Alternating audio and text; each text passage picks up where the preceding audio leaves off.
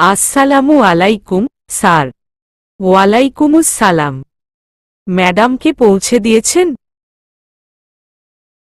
Sir, ম্যাডামকে তো এখনো দেখেনি। অনেকক্ষণ হয়েছে, অনেক ছাত্রছাত্রীকে দেখলাম বের হয়ে যাচ্ছে, কিন্তু ম্যাডামকে তো পাইনি স্যার। রাবির কিছুটা চিন্তিত হল। বলল, আচ্ছা, আপনি আরও কিছুক্ষণ অপেক্ষা করুন, আমি মেহুলকে কল দিয়ে দেখছি। আচ্ছা স্যার। কলটা কেটে দিয়ে রাবির ঘড়ির দিকে চাইল। দেখল 3:10।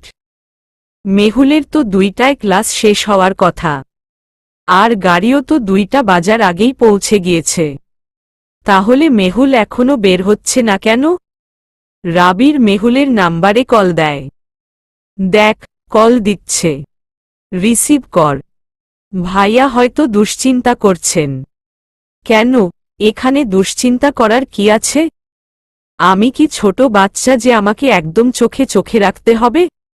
আশ্চর্য তো, পুরো ভার্সিটি লাইফ আমি স্বাধীনভাবে কাটিয়েছি, জীবনেও মা বাবা এরকম প্যারা দেয়নি, আর উনি প্রথম দিনই আমাকে জ্বালিয়ে মারছেন। উফ। রীতা বলল, রাগ না দেখিয়ে কলটা রিসিভ কর। তা তো করতেই হবে, নয়তো পরে আবার মাকে কল দিয়ে বসবেন। আর কোনো উপায় না পেয়ে মেহুল কলটা রিসিভ করে, আর তার সঙ্গে সঙ্গেই রাবির বলে, কোথায় আপনি? ভার্সিটিতে। ক্লাস শেষ হয়নি এখনো? না। কখন শেষ হবে? 4টায়। তাহলে তখন 2টার কথা বলেছিলেন কেন? কারণ তখন জানতাম 2টার দিকেই ছুটি হবে। কিন্তু এখন স্যার বলেছেন এক্সট্রা আরও 2টো ক্লাস নিবেন, তাই আমাদের এখন 4টা পর্যন্ত থাকতেই হবে। বুঝতে পেরেছেন? ঠিক আছে। বাইরে গাড়ি আছে, ক্লাস শেষে সাবধানে বাড়ি ফিরে যাবেন। আল্লাহ হাফেজ। রাবির কল কেটে দিয়ে তার ড্রাইভারকে জানিয়ে দেয়। অন্যদিকে মেহুল একটা ফুচকা মুখে পুড়ে গাল ফুলিয়ে বসে থাকে। রীতা ইতস্তত গলায় বলল, ভাইয়াকে মিথ্যা বলাটা ঠিক হয়নি। ক্লাস তো আমাদের সেই কখন শেষ, শুধু শুধু এখানে বসে থেকে সময় নষ্ট করছিস। মেহুল ভ্রু কুঁচকে তাকায়।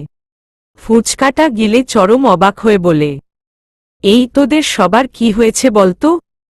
ওই লোকটা কি তোদের তাবিজ করেছে নাকি? বিয়ের হওয়ার পর থেকেই তোরা সবাই রাতদিন খালি উনার কথাই ভেবে যাচ্ছিস। আমাকে নিয়েও একটু ভাব। ওই লোকটার মা আমার কাছ থেকে আমার গানটাকে কেড়ে নিয়েছেন। আমাকে বলেছেন নিজের কোনো ক্যারিয়ারের দরকার নেই, পড়াশোনা শেষ করে সংসার করো, ব্যাস, এটাই জীবন। আমি তো এটা আশা করিনি। আমার তো বড় গায়িকা হওয়ার স্বপ্ন। অ্যাটলিস্ট আর কিছু করতে পারি আর না পারি, পড়াশোনা শেষ করে একটা ভালো চাকরি করতে চাই, নিজের উপার্জনে চলতে চাই।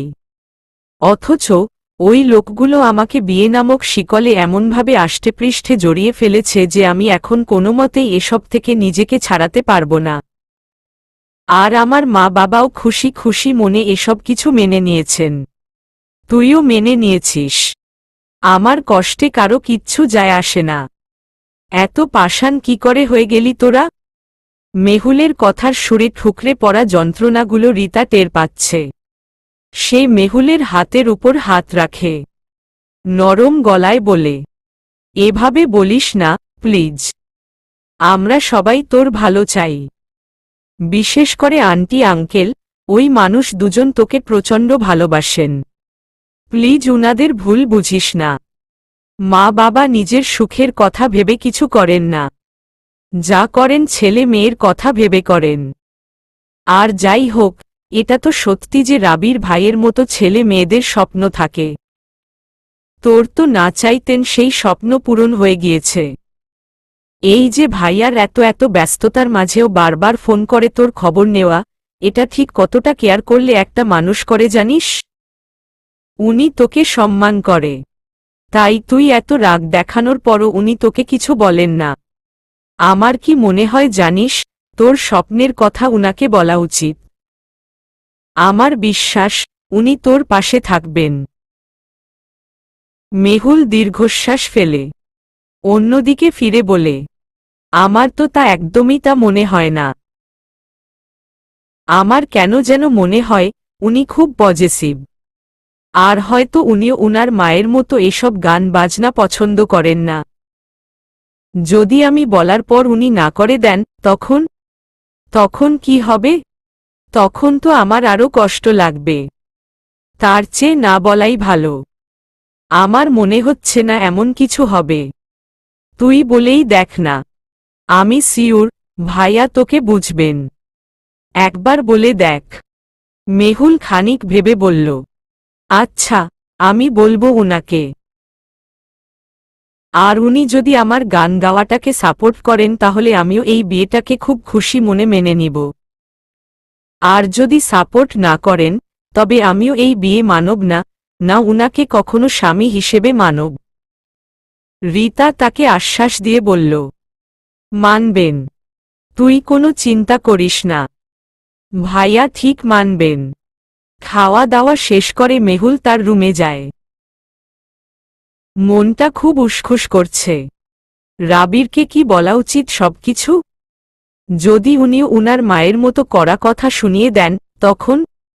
কিন্তু এভাবে নিজের জীবনকে বোঝা বানিয়ে তো চলা যায় না। সবাই জীবনে কিছু করতে চায়। পড়াশোনা করে নিজের পায়ে দাঁড়াতে চায়। মেহুলও তাই চায়। কিন্তু রাবির যদি তার পাশে না থাকে তবে তো তার সব স্বপ্ন ধুলোয় মিশে যাবে।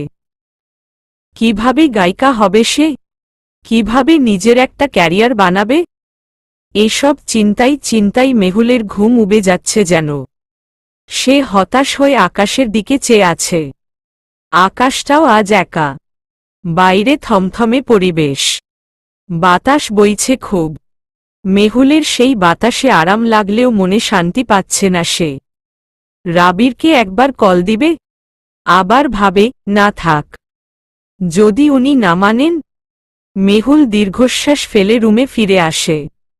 এসে দেখে তার ফোন বাজছে।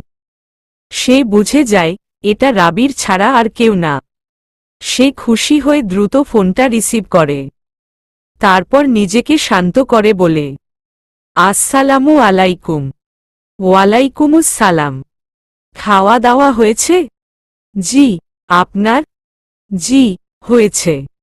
মেহুল নিজেকে প্রস্তুত করছে কথাগুলো বলার জন্য। রাবির মাঝ দিয়ে বলে, আচ্ছা তাহলে শুয়ে পড়ুন।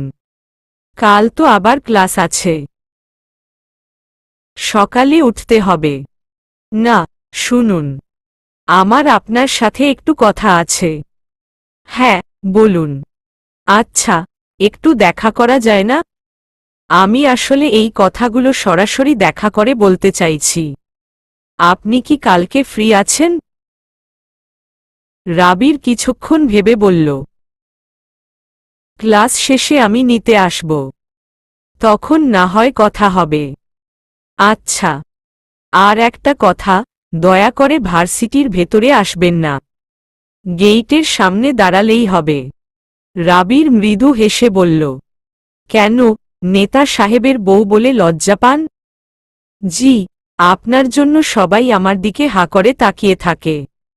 মনে হয় আমি কোনো ভিনগ্রহের প্রাণী। সেটাই তো ভালো। সবাই আপনাকে আলাদা চোখে দেখবে। নেতার বউ হিসেবে চিনবে। তাতে আমিও একটু নিশ্চিন্ত থাকতে পারব। অনন্ত, আমার ওয়াইফের দিকে নজর দেওয়ার আগে সবাই একবার হলেও ভাববে, কার ওয়াইফের দিকে নজর দিচ্ছে। মেহুল বড় করে নিঃশ্বাস ফেলে বলে, আমার নিজেরও একটা পরিচয় আছে। আর আমি আমার নিজের পরিচয়েই পরিচিত হতে স্বাচ্ছন্দ্য বোধ করি। নিজের পরিচয় বেঁচে থাকা দারুণ ব্যাপার। তাই বলে স্বামীর পরিচয়কে অগ্রাহ্য করা কোনো শিক্ষিত ব্যক্তির কাজ নয়। মেহুল সময় নিয়ে বলল, এখন তো আর চাইলেও আমি আপনার পরিচয়কে অগ্রাহ্য করতে পারব না। আপনি আমার অস্তিত্বের সঙ্গে মিশে গিয়েছেন, যেটা মুছে ফেলা সম্ভব না। রাবিরের মনে ক্ষুদ্র প্রশান্তি জাগে। সে মিহি সুরে বলে, আর আমি বেঁচে থাকতে এই অস্তিত্ব কেউ মুছতেও পারবে না। আপনি নিশ্চিন্তে থাকুন, রাবির খান তার ওয়াইফকে আগলে রাখতে জানে। এখন আর যাই হয়ে যাক না কেন, সে তার ওয়াইফকে এক মুহূর্তের জন্য নিজের থেকে আলাদা করবে না। ইনফেক্ট তার ওয়াইফ চাইলেও না। মেহুল ঢোক গিলে কথার বিপরীতে আর কিছু বলে না। রাবির বলে, কালকে তাহলে দেখা হচ্ছে। রাখছি। আল্লাহ হাফেজ। ক্লাস শেষ করে নিচে নামতেই রাবিরের গাড়ি দেখে মেহুলের চোখ মুখ কুঁচকে যায়। মানে লোকটাকে যেটা না করা হবে উনি সেটা আরও বেশি করে করবেন। মেহুল সিঁড়ি বেয়ে নেমে এক কোণে দাঁড়ায়। রাবিরের সঙ্গে তার দুজন স্যার কথা বলছেন। মেহুল এখন ভুলেও তাদের সামনে যাবে না। রীতা বলল, কি হলো, চল। না, দেখছিস না স্যাররা দাঁড়িয়ে আছেন। আমি ভুলেও উনাদের সামনে যাব না। কেন যাবি না? স্যাররা তোকে আবার নতুন পরিচয় চিনবেন, সেটা তো ভালোই হয়। চল। আরে তুই যা তো। আমি যাব না এখন। রীতা মেহুলকে রেখে রাবিরদের সামনে গিয়ে দাঁড়ায়। সালাম দিয়ে বলে, ভাইয়া, ওই যে মেহুল। মেহুল রাগে গজগজ করতে থাকে। রাবির মেহুলের দিকে চেয়ে তাকে ডাকে। মেহুলের এই মুহূর্তে ইচ্ছে করছে রীতাকে চিবিয়ে খেয়ে ফেলতে। সে চোখ মুখ খিচে পা বাড়িয়ে রাবিরের সামনে এসে দাঁড়ায়। স্যারদের সালাম দেয়। একজন স্যার সালামের জবাব দিয়ে বললেন, মেহুল, আপনি যে রাবির সাহেবের ওয়াইফ আমরা তো জানতামই না। এখন জেনে অবশ্য খুব ভালো লাগছে যে আমাদের মেয়ে ভালো একজন জীবনসঙ্গী পেয়েছে। মেহুল না পারতে হাসে। বলে, জি স্যার, দোয়া করবেন। স্যাররা আর কথা বাড়াল না। উনারা চলে যাওয়ার পর রাবির বলল, চলুন। মেহুল শক্ত গলায় বলল, আপনাকে না এত ভেতরে আসতে বারণ করেছি। কেন এসেছেন? রাবির তার দিকে চেয়ে বলল, আমার যেটা ঠিক মনে হয়েছে সেটাই করেছি। আর ভবিষ্যতেও তাই করব। চলুন।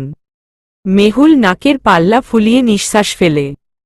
এই লোকটাকে কিছু বলেও লাভ নেই।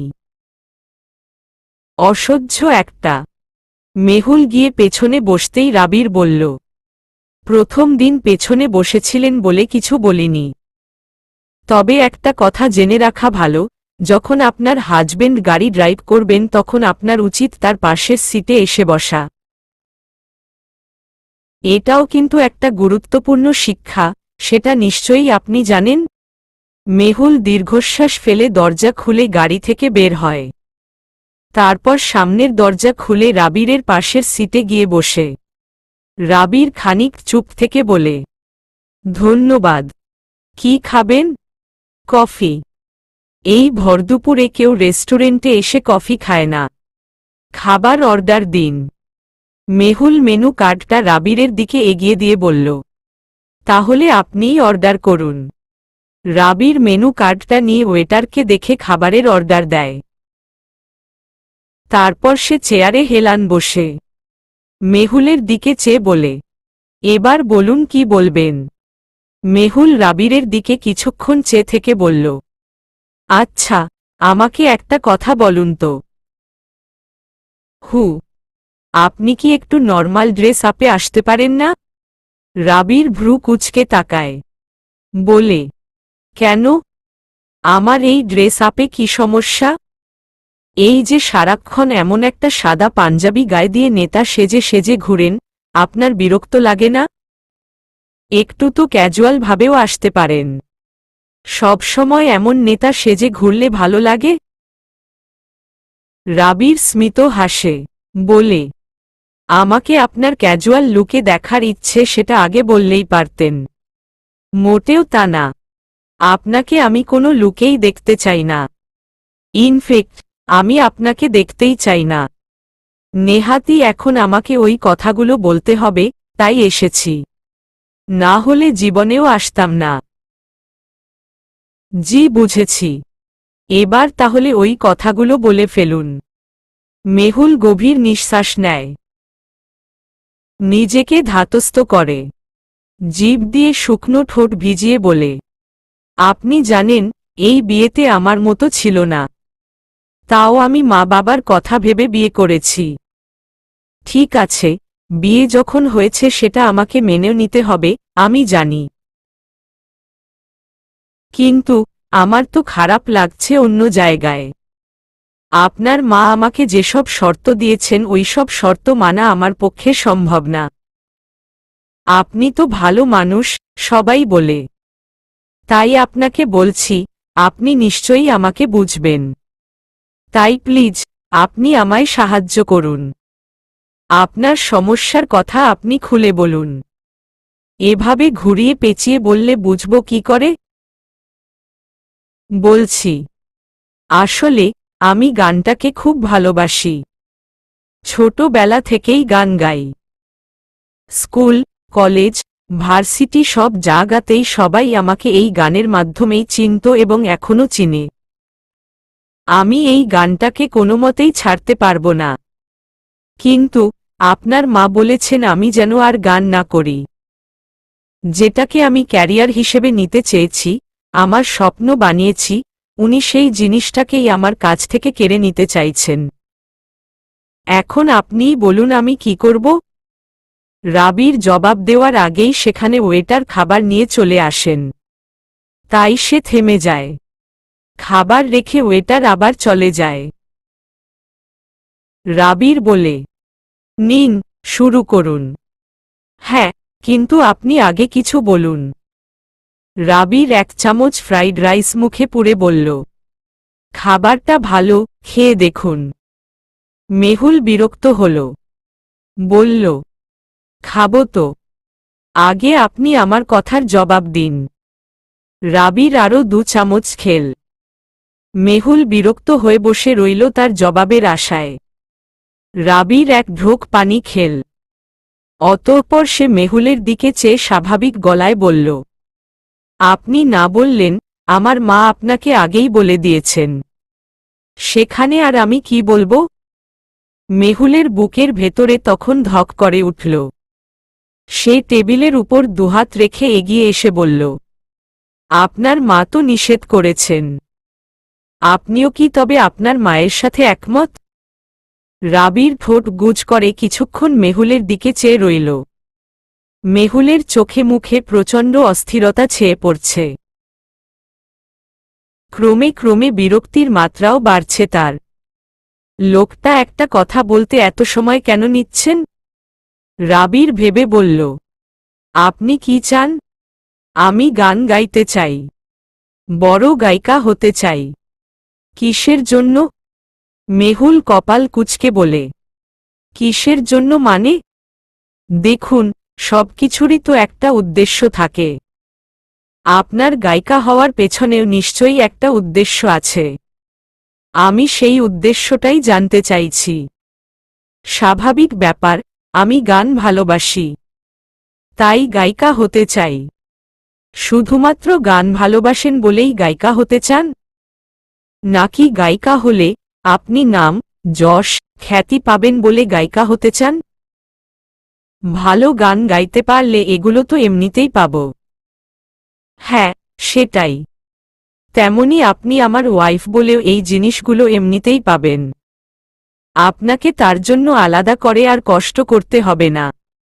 মেহুল চোখ মুখ কুঁচকে বলে, আপনি কি বলতে চাইছেন আমি কেবল নাম, যশ আর খ্যাতির জন্য গায়িকা হতে চাই?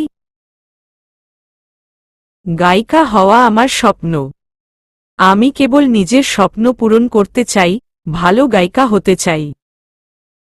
তারপর যদি এই জিনিসগুলো আমি নাও পাই তাতেও আমার কিছু যায় আসে না। আপনি ভুল ভাবছেন। ঠিক আছে, বুঝলাম। এখন খেয়ে নিন, খাবার ঠান্ডা হচ্ছে। রাবিরের আচরণে মেহুলের মাথা গরম হলেও নিজেকে সে যথেষ্ট শান্ত রাখার চেষ্টা করছে। সে তাই ঘন ঘন নিঃশ্বাস ফেলে নিজেকে শান্ত করে। রাবিরের দিকে চেয়ে নরম গলায় বলে, আমি এখানে আপনার সাথে খেতে আসিনি। আমার স্বপ্নের কথা বলতে এসেছি। আপনি কেন আমার কথায় গুরুত্ব দিচ্ছেন না? রাবির পাঞ্জাবি প্রথম বোতামটা খুলে পেছনের দিকে ঠেলে দেয়। রেস্টুরেন্টে এসি চললেও তার যে বেশ গরম লাগছে সেটা তাকে দেখেই বোঝা যাচ্ছে। অতঃপর সে মেহুলের দিকে চাইল। কোমল স্বরে বলল, আমার মা যা অপছন্দ করেন না, আজ পর্যন্ত তা কোনো কিছুই আমি করিনি।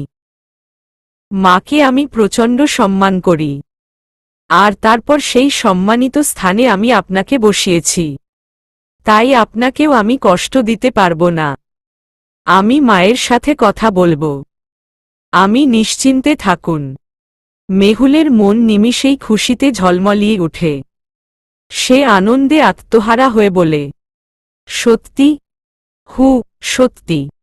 অনেক অনেক ধন্যবাদ আপনাকে। আর সরিও আগের খারাপ ব্যবহারগুলোর জন্য। শুনুন, শুধু কথা না, মাকে একদম রাজি করাবেন। আমি জানি মা আপনার কথা জীবনেও ফেলতে পারবেন না। I hope so. কি রে, না খেয়ে শুয়ে আছিস কেন? মা, আমি খেয়ে এসেছি। কোথা থেকে খেয়ে এসেছিস? তোমাদের জামাইয়ের সাথে রেস্টুরেন্ট থেকে খেয়ে এসেছি। রামিনা বেগমের চোখ মুখ পাল্টে গেল। তিনি খুশি হয়ে বললেন, সত্যি? হ্যাঁ মা, সত্যি। রামিনা বেগম বেশ শান্তি পেলেন যেন। মেয়েটা আস্তে আস্তে সম্পর্কটা মেনে নিচ্ছে। তিনি বললেন, আচ্ছা তাহলে তুই এখন রেস্ট নে। আমি যাই। রামিনা বেগম বেরিয়ে যাওয়ার পর মেহুল রিতাকে কল করে। ওকে সব খুলে বলার পর রিতা বলল, দেখেছিস, আমি বলেছি না ভাইয়া সব কিছু মেনে নিবেন। হ্যাঁ, এখন দোয়া কর উনার মাও যেন মেনে নেন। নিবেন। ভাইয়া একটু বুঝিয়ে বললেই উনি সব মেনে নিবেন। বৃদ্ধ লোকটা কাঁদতে কাঁদতে রাবিরের সামনে এসে বসল। রাবির ফাইল সরিয়ে উনার দিকে চেয়ে বলল, কি হয়েছে?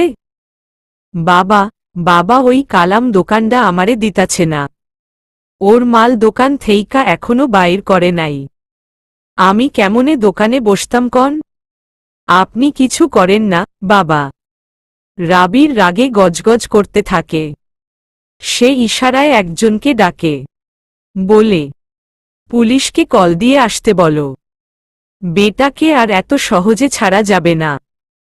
যা শুরু করেছে, জেলে নেওয়া ছাড়া আর কোনো উপায়ই নেই দেখছি। ঠিক আছে স্যার, আমি এক্ষুনি পুলিশকে সব জানাচ্ছি। মাগরিবের আজান হয়েছে অনেকক্ষণ আগে। মেহুলের ঘুম এখনো ভাঙেনি। ঘড়িতে তখন 7:10। তার ফোনটা তখন বেজে ওঠে। ঘুমের ঘোরে ফোনের এই শব্দটা মারাত্মক রকমের বিকট লাগে তার কাছে। ফোনটা হাতড়ে বের করে রিসিভ করে। দেখেওনি কে কল দিয়েছে। সোজা কানে নিয়ে ঘুম ঘুম গলায় বলে, হ্যালো, কেমন আছো মেহুল মা? মা সম্বোধন শুনে খানিকটা ভরকে যায় সে। তাকে এমন মা বলে কেবল তার বাবাই ডাকে। কিন্তু এটা তো মহিলার কণ্ঠস্বর। ইনি কে? মেহুল ঘুমের ঘোরেই বলল, কে আপনি? ও মা, চিনতে পারোনি? আমি তোমার শাশুড়ি, রাবিরের মা। মেহুল এক লাফে উঠে বসে অস্থির হয়ে বলে, আসসালামু আলাইকুম মা। আসলে আপনার নাম্বারটা সেভ ছিল না তাই চিনতে পারিনি। কিছু মনে করবেন না, আমি আসলে। আচ্ছা হয়েছে। তুমি ঘুমাচ্ছিলে, আমি বুঝতে পেরেছি। এত অস্থির হতে হবে না। তা মা, ভালো আছো তো? জি, আমি খুব ভালো আছি। আপনি ভালো আছেন? হ্যাঁ মা, আমিও আলহামদুলিল্লাহ খুব ভালো আছি।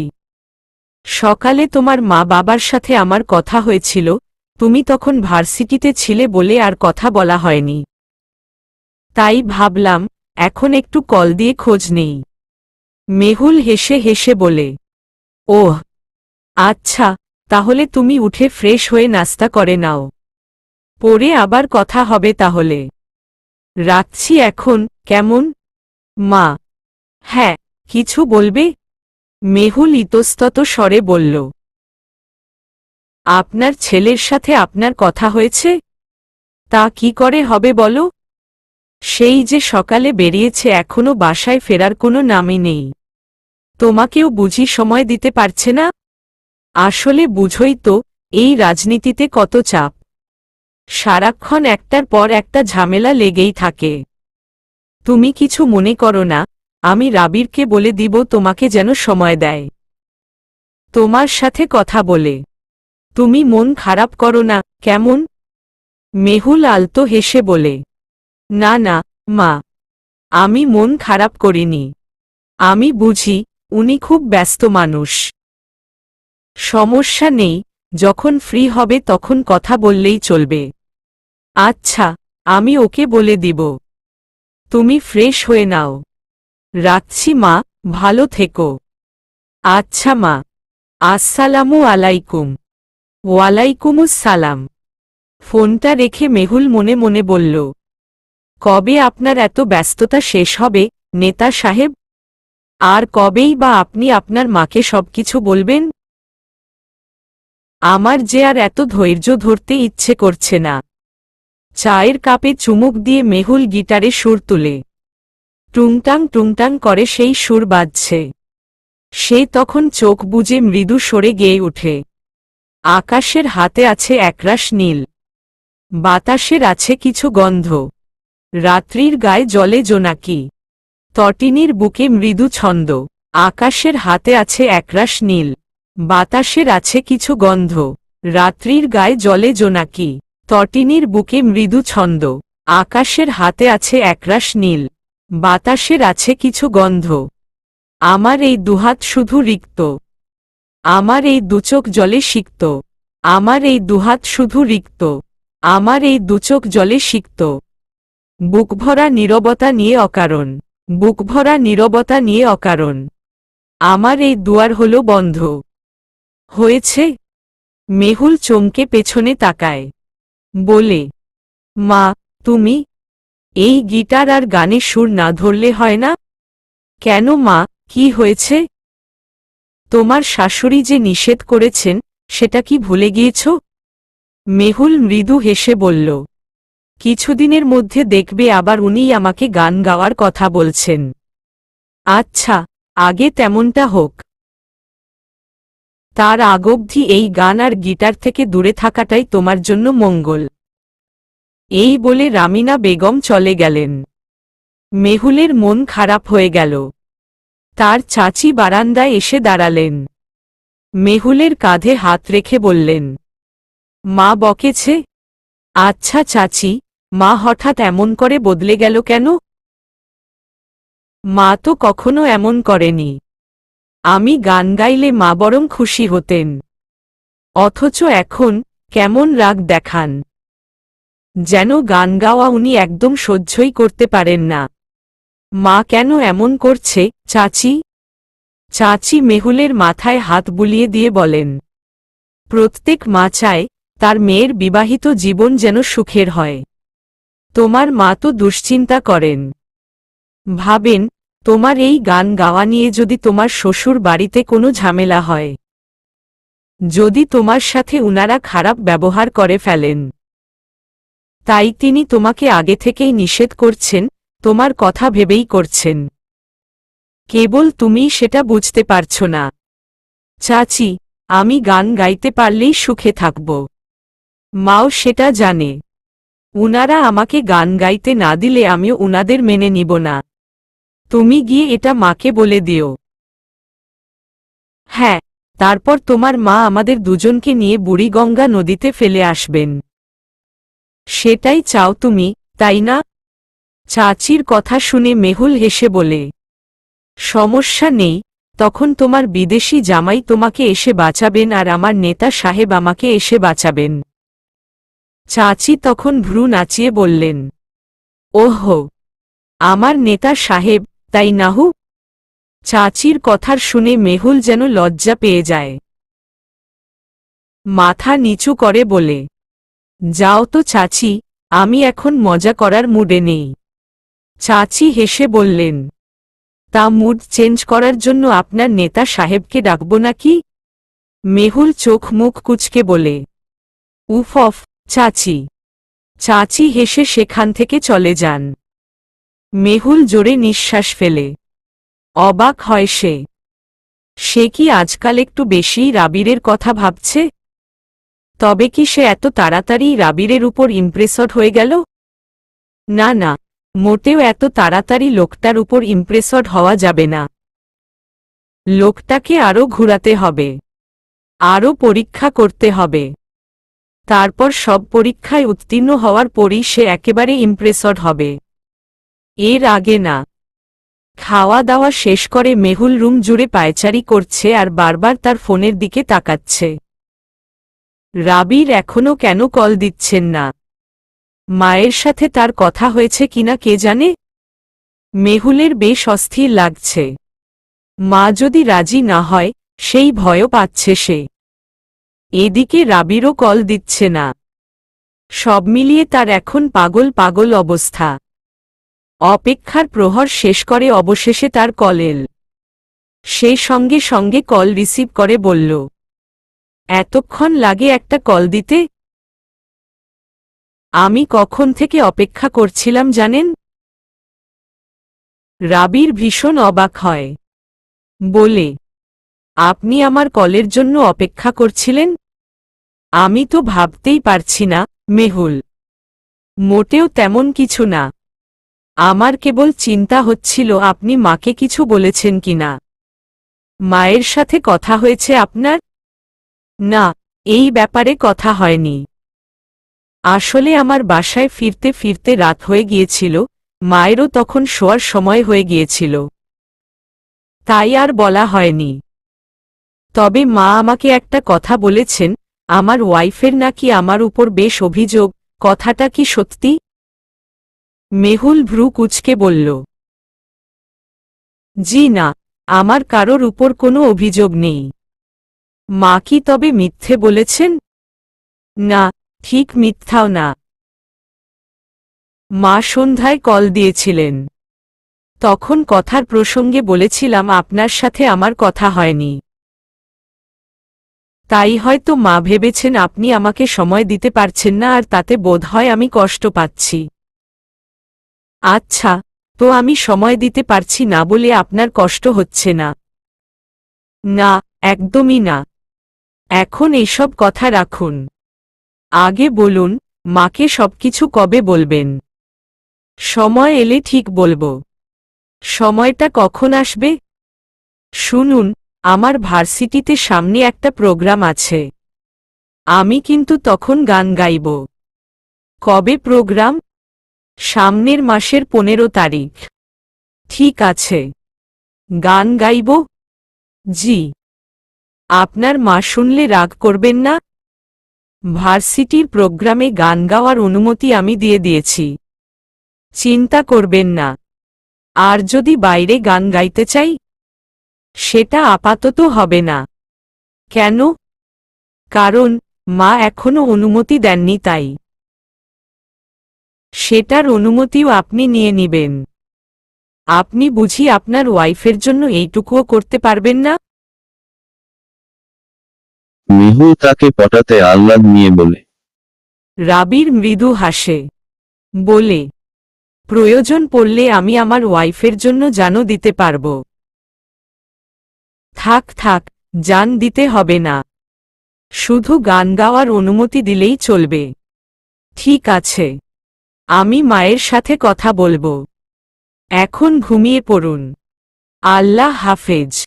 আচ্ছা, আল্লাহ হাফেজ। মেহুলের এই প্রথম রাবিরের সাথে কথা বলে এত ভালো লাগছে। ইস, লোকটা কত সাপোর্টিভ। রাবির যদি সবসময় এভাবেই তার পাশে থাকে তবে সে সব প্রতিকূলতা অনায়াসে পার করতে পারবে। সকাল 10টা। চলতি গাড়িতে হঠাৎ ব্রেক পড়ল। রাবির ভ্রু কুঁচকে জিজ্ঞেস করল, কি হলো ড্রাইভার? হঠাৎ ব্রেক করলে যে? স্যার, সামনে হুট করে এই গাড়িটা চলে এসেছে। রাবির তার পিয়ের দিকে চেয়ে বলল, যাও তো, গিয়ে দেখে এসো এটা কার গাড়ি। পিএ গাড়ি থেকে নেমে সামনের গাড়িটার কাছে যেতেই সেই গাড়ির দরজা খুলে একজন লোক বেরিয়ে এলেন, যাকে দেখে পিএর কপালে দুশ্চিন্তার ভাঁজ পড়ল। লোকটা তাকে হেসে বলল, কি ব্যাপার, তোমার স্যার বেরুচ্ছে না কেন? ভয় পাচ্ছে নাকি? পিএ শক্ত গলায় বলল, আমার স্যার কাউকে ভয় পান না। তাহলে যাও, গিয়ে তাকে আমার সামনে আসতে বলো। পিএ রাবিরের গাড়ির কাছে গিয়ে বলল, স্যার, এটা সাদরাজ আহমেদের গাড়ি, আপনাকে দেখা করতে বলছেন। রাবিরের মেজাজ বিগড়ে যায়, রাগে কটমট করে বলে, ও কেন এখানে এসেছে? জানি না, স্যার, উনি আপনাকে ডাকছেন। রাবির গাড়ি থেকে নেমে সাদরাজের সামনে গিয়ে দাঁড়ায়। সাদরাজ তাকে দেখে হেসে বলে, আরে, রাবির খান কেমন আছেন? রাবির বাঁকা হেসে বলে, আপনার দোয়ায় একদম সুস্থ আছি। সাদরাজ দাঁত কেলিয়ে হাসে, বিদ্রূপের সুরে বলে, আমার দোয়ায় কেউ আবার ভালো থাকতে পারে? কথাটা বেশ হাস্যকর। যাকগে সেসব কথা, এখন আগে আসল কথায় আসি। তা আমার ভাবির কি খবর? ভাবিকে নিয়ে আমাদের বাড়িতে কবে আসবেন? পরের বছর ইলেকশনে আবার জয়ী হয়ে এক প্যাকেট মিষ্টি সাথে আপনার ভাবিকে নিয়ে আপনার বাড়িতে ঘুরে আসব। দেখবেন, আপ্যায়নে যেন কোনো কমতি না হয়। সাদরাজ হাসে, তার হাসিতে প্রচণ্ড ক্ষোভ উপচে পড়ছে।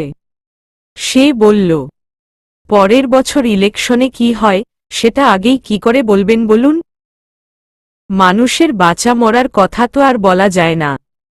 হতেও তো পারে, পরের বছর ইলেকশনের আগেই আপনি মারা গেলেন। তখন? রাবির শব্দ করে হাসে, বলে, হ্যাঁ, তা তো হতেই পারে। আবার এমনও হতে পারে পরের বছর ইলেকশন আসার আগে আপনি সহ আপনার পুরো পরিবার উধাও হয়ে গেলেন। তাহলে কেমন হয় বলুন তো? সাদরাজের চোয়াল শক্ত হয়ে আসে। সে দাঁতে দাঁত চেপে বলে, নতুন নতুন বিয়ে করেছ, আমি চাই না তোমার বউ এত তাড়াতাড়ি বিধবা হোক। তাই আমার সাথে লাগতে এসো না, রাবির খান। নিজের কথা না ভাবলেও তোমার নতুন বউয়ের কথাটা একটু ভেবো। রাবির সাদরাজের কাঁধে হাত রাখল, শক্ত গলায় বলল, আমার বউয়ের কথা তোমাকে ভাবতে হবে না। তুমি তোমার নিজের কথা ভাবো, আর তাতেই তোমার মঙ্গল। রাবির তারপর চোখ রাঙিয়ে সাদরাজের দিকে একবার চেয়ে নিজের গাড়িতে উঠে বসে। তারপর ড্রাইভারকে বলে গাড়ি স্টার্ট দিতে। রাবিরের চলন্ত গাড়ির দিকে চেয়ে সাদরাজ মনে মনে বলে, শুনেছি তোর বউ নাকি আবার ভীষণ সুন্দরী। এমনিতেও তোর সব জিনিসের উপর আমার নজর থাকে। এত সুন্দরী বউ একটু লুকিয়ে লুকিয়ে রাখিস। বলা তো যায় না, কখন আবার তোর বউয়ের উপরেই আমার নজর পড়ে যায়। কথাটা নিজ মনে ভেবেই কুৎসিতভাবে হাসে সে। তারপর গাড়িতে বসে সেও নিজের গন্তব্যের উদ্দেশ্যে রওনা দেয়। আমার না ক্লাস করতে ইচ্ছে করছে না, চল পার্কে যাই। সামনে এক্সাম, রিতা। এখন ক্লাস মিস করলে পরীক্ষার আগে কোনো নোট পাবি না। আরে একদিনই তো, চল না। না, তুই না গেলে কিন্তু আমি একাই যাব। উফ, তোর জ্বালায় আমি বাঁচি না। ঠিক আছে, যা, বের হো। রিতা খুশি হয়ে লাফাতে লাফাতে ক্লাস থেকে বের হয়ে যায়। মেহুলও বাধ্য হয়ে তার পেছনে পেছনে বের হয়। ভার্সিটির গেইটের বাইরে যেতেই মেহুল দেখল রাবিরের গাড়ি। মেহুল এক জায়গায় দাঁড়িয়ে পড়ল। আশেপাশে ভালোভাবে খেয়াল করে দেখল রাবির আছে কিনা। রিতা তাকে দেখে জিজ্ঞেস করল, কি হয়েছে, চল। ওই দেখ, নেতা সাহেবের গাড়ি। ভদ্রলোক কি এখানেই আছেন? কি জানি। আচ্ছা, আমি এখানে দাঁড়াই, তুই গিয়ে একবার দেখে আয়। রিতা আস্তে আস্তে গাড়ির সামনে গিয়ে দাঁড়াল। ভেতরে চেয়ে খেয়াল করে দেখল ড্রাইভারের সিটে একজন লোক বসে আছে। আর কেউ নেই। রীতা মেহুলের কাছে আবার ফিরে এসে বলল, গাড়িতে কেবল ড্রাইভার আছেন, আর কেউ নেই। ঠিক আছে, চল তাহলে আজ একটু গাড়িতেই ঘুরে আসি। তারপর দুজন গিয়ে গাড়িতে উঠে বসল। মেহুল ড্রাইভারকে বলল, মামা, আমাদের সামনের পার্কটাতে নিয়ে যান। ড্রাইভারও তাই করল। তাদের নিয়ে সামনের পার্কে গেল। মেহুল আর রীতা পার্কের ভেতরে গিয়ে এক কোণে বসল। মেহুল 30 টাকার বাদাম কিনে আনে। দুজনে বসে বাদাম খাচ্ছে আর গল্প করছে। তাদের গল্পের মাঝেই একজন লোক এসে তাদের সামনে হাজির হয়। মেহুল আর রীতা দুজনে চমকে যায়। দুজনেই লোকটার দিকে তাকায়। মেহুল জিজ্ঞেস করে, কে আপনি? নিন। লোকটা মেহুলের দিকে একটি হলুদ রঙের কাগজ এগিয়ে দিল। মেহুল চিন্তায় পড়ে গেল, কাগজটা নিবে কি নিবে না। লোকটা কাগজ হাতে নিয়ে দাঁড়িয়েই আছে। মেহুল কাগজটা হাতে নেয়। পুনরায় প্রশ্ন করার আগেই লোকটা দ্রুত সেখান থেকে চলে যায়। রীতা অবাক হয়ে বলে, কি আছে কাগজে, খুলে দেখত। মেহুল দ্বিধা মন নিয়ে কাগজটা খুলল। দেখল, তাতে কিছু লেখা। মেহুল পড়ল সেটা। লেখা ছিল, হয়তো আপনাকে দেখার জন্যই সৃষ্টিকর্তা আমাকে দৃষ্টিশক্তি দিয়েছিলেন। মেহুল লেখাটা পড়ে আরো দ্বিধায় পড়ে যায়। এটা কে দিল? লোকটা তো হাওয়া হয়ে গিয়েছে। সে এখন বুঝবে কি করে এটা কে দিয়েছে। রীতা বলে, আমার মনে হয় এটা ভাইয়া দিয়েছেন। কিন্তু উনি এখানে কি করে আসবেন? আরে বাবা, উনি আসতে পারবেন না তো কি হয়েছে? উনার ড্রাইভার আছেন না। হয়তো উনার মাধ্যমেই এটা পাঠিয়েছেন। উনার কি আর কোনো কাজ কাম নেই? কি সব টিনেজদের মতো কার্যকলাপ করছেন? রীতা হেসে বলল, ধুর, তুই তো দেখছি প্রেম ও বুঝিস না। ভাইয়া তোর সাথে প্রেম করার চেষ্টা করছেন। তুই বুঝছিস না কেন, গাধি। উমম, এত সহজেই? উহু, আমার মন পাওয়া এত সহজ না। এসব চিরকুটে প্রেম দেখিয়ে কোনো লাভ নেই। আমার প্রেম পেতে হলে আরও অনেক খাটতে হবে।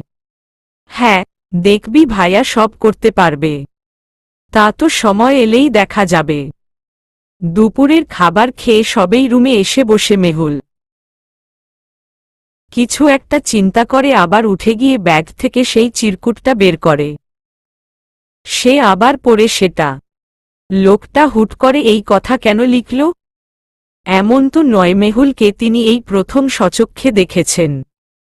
তার সাথে তো তার দেখা আরও আগেই হয়েছে। আজ তবে এত প্রেম কোত্থেকে এল উনার? মেহুল ভেবে উত্তর না পেয়ে রাবিরকে কল দেয়। রাবির কল রিসিভ না করে কেটে দেয়। মেহুল বুঝতে পারে সে যে এখন ব্যস্ত আছে। তাই আর কল দেয় না। চিরকুটটা ব্যাগে রেখে এসে চুপচাপ বিছানায় শুয়ে পড়ে। সন্ধ্যায় চাচির জোরে জোরে ডাকে ঘুম ভাঙে মেহুলের। মেহুল ঘুমের মাঝেই ধরফরিয়ে উঠে বসে। তার চাচি হাঁপাচ্ছেন। উনাকে দেখে মনে হচ্ছে যেন সাংঘাতিক কিছু হয়ে গিয়েছে। মেহুলও তাই ভয় পেয়ে যায়। বিচলিত হয়ে পড়ে। জিজ্ঞেস করে, কি হয়েছে, চাচি? তুমি এমন করছো কেন? ভাই হঠাৎ করে অসুস্থ হয়ে পড়েছেন, মেহুল। তুমি চলো তাড়াতাড়ি, উনাকে হাসপাতালে নিতে হবে। মেহুলের বুকের ভেতরে যেন মোচড় দিয়ে উঠে। সঙ্গে সঙ্গেই বাবা বলে চিৎকার দিয়ে সে বাবার রুমে ছুটে যায়। সেখানে গিয়ে দেখে তার বাবা যেন শুয়ে শুয়ে কেমন যেন করছেন।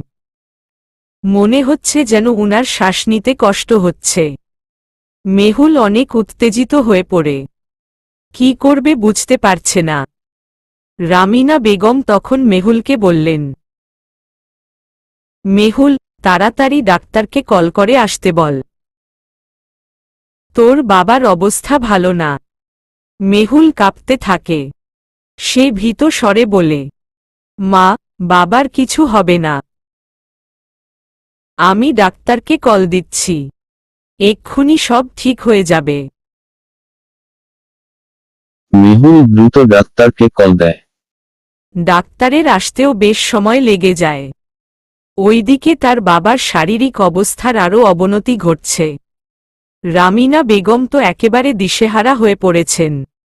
মেহুল বাবার হাত পা ঘষছে, উনার সাথে কথা বলার চেষ্টা করছে। কিন্তু তার বাবা কোনো রেসপন্সই করছে না। অবশেষে ডাক্তার এলেন। পেশেন্টকে দেখেই উনি উত্তেজিত হয়ে বললেন, উনাকে এক্ষুনি হসপিটালে অ্যাডমিট করুন। উনার ইমিডিয়েট ব্লাড লাগবে। কিন্তু ডাক্তার, এই মাসে তো আমরা ব্লাড নিয়েছিলাম। এই মাসেই আবার কেন? উনার কন্ডিশন এখন খারাপের দিকে যাচ্ছে। এখন ব্লাড বেশি লাগবে। কারণ উনার শরীরে একদম হিমোগ্লোবিন উৎপাদন হচ্ছে না। এখন কথা না বাড়িয়ে উনাকে আগে হসপিটালে নিয়ে যান। মেহুল অস্থির হয়ে ছোটাছুটি করছে। সে কোনোভাবেই এবি নেগেটিভ রক্ত পাচ্ছে না। আশেপাশে সব ব্লাড ব্যাংক খুঁজে ফেলেছে সে, কিন্তু কোথাও নেই। এইদিকে তার পরিচিত কোনো আত্মীয় স্বজনেরও এই রক্তের গ্রুপ নেই। প্রতি মাসে খুব কষ্ট করে এক ব্যাগ রক্ত তাকে জোগাড় করতে হয়। আগে থেকে খুঁজে বের করে রাখে। তবে আজ হুট করেই রক্তের প্রয়োজন হওয়াতে সে যেন একেবারেই দিশেহারা হয়ে পড়েছে। কোথায় পাবে এই রক্ত? ওইদিকে হাসপাতালে রামিনা বেগম চেঁচামেচি করে অস্থির করে ফেলছেন সবকিছু। তার স্বামী রক্তের অভাবে তার চোখের সামনে মারা যাচ্ছেন আর তিনি কিছুই করতে পারছেন না।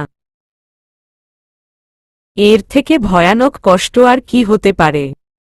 চারদিকে কোথাও রক্ত না পেয়ে মেহুল রাস্তার এক কোণে বসেই কাঁদতে আরম্ভ করে। মনে হচ্ছে ক্ষণে ক্ষণে বাবাকে যেন হারিয়ে ফেলছে সে। কি করবে?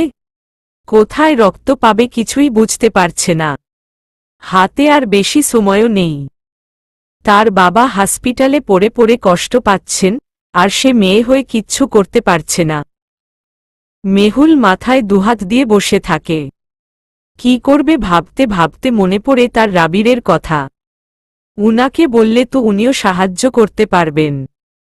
মেহুল রাবিরকে কল দেওয়ার জন্য ফোনটা হাতে নিতেই সেখানে একজন লোক এসে উপস্থিত হয়। মেহুল লোকটার দিকে চেয়ে বলে, কে আপনি? আমার পরিচয় জানাটা বেশি গুরুত্বপূর্ণ না। গুরুত্বপূর্ণ হল আপনি এভাবে রাস্তার মাঝে বসে আছেন কেন, সেটার কারণ জানা। একটা অ্যাক্সিডেন্ট হলে তো আর পাত্তাও পাওয়া যাবে না। মেহুল তখন কেঁদে ফেলে, বলে, মেয়ে হয়ে বাবার মৃত্যু দেখার আগে নিজে মরে যাওয়াই ভালো। লোকটা বলল, কোনো সমস্যায় পড়েছেন? চাইলে আমাকে বলতে পারেন। এমনও তো হতে পারে আমার দ্বারা আপনি আপনার সমস্যা থেকে বেরিয়ে আসতে পারলেন। মেহুল তখন চোখ মুছে উঠে দাঁড়ায়। ভেজা গলায় বলে, আমার বাবা খুব অসুস্থ। উনার ইমিডিয়েট এবি নেগেটিভ রক্ত লাগবে। কিন্তু আমি সেটা কোথাও পাচ্ছি না। আপনার পরিচিত এমন কেউ আছে কি যার রক্তের গ্রুপ এবি নেগেটিভ? লোকটা মৃদু হাসে, বলে, দেখেছেন, সাহায্য করার জন্য আল্লাহ কাউকে না কাউকে ঠিক পাঠিয়েই দেন। আমার রক্তের গ্রুপই এবি নেগেটিভ। আপনি চাইলে আমি আপনার বাবাকে রক্ত দিতে পারি। মেহুল এবার শ্বাস নেয়। এতক্ষণ মনে হচ্ছিল সে নিজেই হয়তো মারা যাচ্ছে। সে বলে, হ্যাঁ হ্যাঁ, প্লিজ আপনি রক্ত দিয়ে আমার বাবাকে বাঁচান। আমি চিরঋণী হয়ে থাকব আপনার কাছে। ঠিক আছে, চলুন। মেহুল সেই লোকটাকে নিয়ে হসপিটালে গেল। সেখানে গিয়েই সে দ্রুত ডাক্তারের সাথে কথা বলে সব ব্যবস্থা করতে বলল। রামিনা বেগম এবার কিছুটা শান্ত হয়েছেন। মনে হচ্ছে আল্লাহ তার ডাক শুনেছেন। সাহায্য হিসেবে এই লোকটাকে পাঠিয়ে দিয়েছেন। ডাক্তার সব টেস্ট করে লোকটার কাছ থেকে রক্ত নিলেন। মেহুল তার পাশেই দাঁড়িয়ে থাকে। রক্ত নেওয়া শেষ হওয়ার পর মেহুল বলল, আপনি আমার অনেক বড় উপকার করেছেন। আমি আপনার এই উপকারের কথা কখনোই ভুলব না।